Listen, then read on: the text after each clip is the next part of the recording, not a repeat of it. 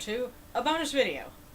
I just wanted to let you know, if you recall a couple of episodes ago, we talked about the Declarations of Innocence. Well, the book is available. You can get it on lulu.com. In a few weeks it will be available on Amazon. It takes it a little while for it to become available for search there. But if you go on Lulu, you get a discount. So I specifically made it so that if you go there, you get like a 10% discount. This book is going to be about $9, which frankly is a little higher than I wanted it to be, because looking at this should be a $5 book. That's my opinion, but you got to account for printing, and Lulu has, gets their percentage and so on and so forth. So it should be about like $9.95 or something like that. So the Ancient Egyptian Declarations of Innocence. Look for it on Lulu and enjoy. While I'm here, there are a couple of errors basically in my prior two books that are pretty minor. It's not enough for me to go back and make another edition, but they bug me, so I'm going to give you permission to go and write in your book, if you have Following the Sun or Circle of the Sun. There's a couple of minor, typo type of issues that we're going to go through and correct. I guess this is my karma for always reading in books and noticing when people have typos, because I have my own. So if you have your copy of Following the Sun, flip over to page 47, and you'll notice that there's a caption here. This is an image from Medinet Habu, and this was carved by Ramesses III. A friend of mine who lives in England traveled to Egypt and took a whole bunch of pictures and gave me permission to use them. It was very lovely. But it says, from the Ramesseum Medinet Habu. That's an easy mistake to make if you've never been to Egypt.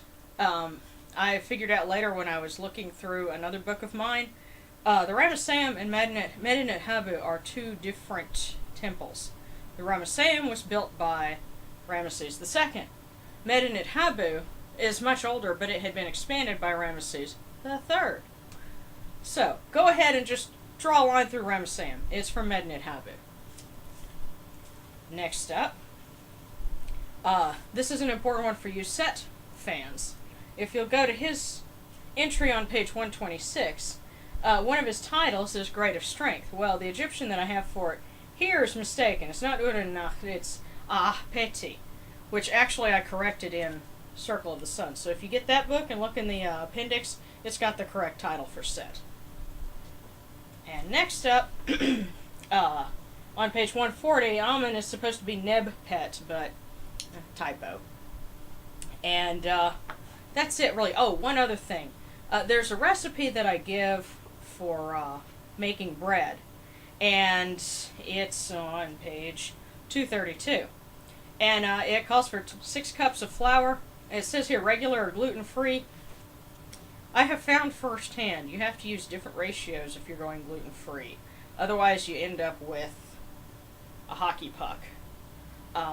It's very touchy. Anybody who is who eats a gluten-free diet, who's done more cooking with gluten-free stuff, send us some videos, because that's becoming more and more of a thing. People either going gluten-free for health reasons or to improve their diet.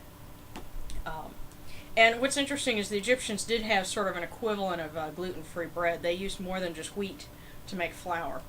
But the only issue that I had on Circle of the Sun is in the invocations to Sekhmet, if you're doing the coronation of the Sacred Falcon.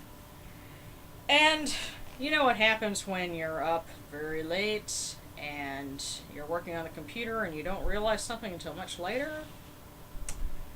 If you'll read, you have that's based on the 7 arrows of Sekhmet, and you'll have Hail Sekhmet, who presides over the land, Lady of Flourishing, generous one, come to your son Horus, save him, protect him, preserve him for the first arrow of the year.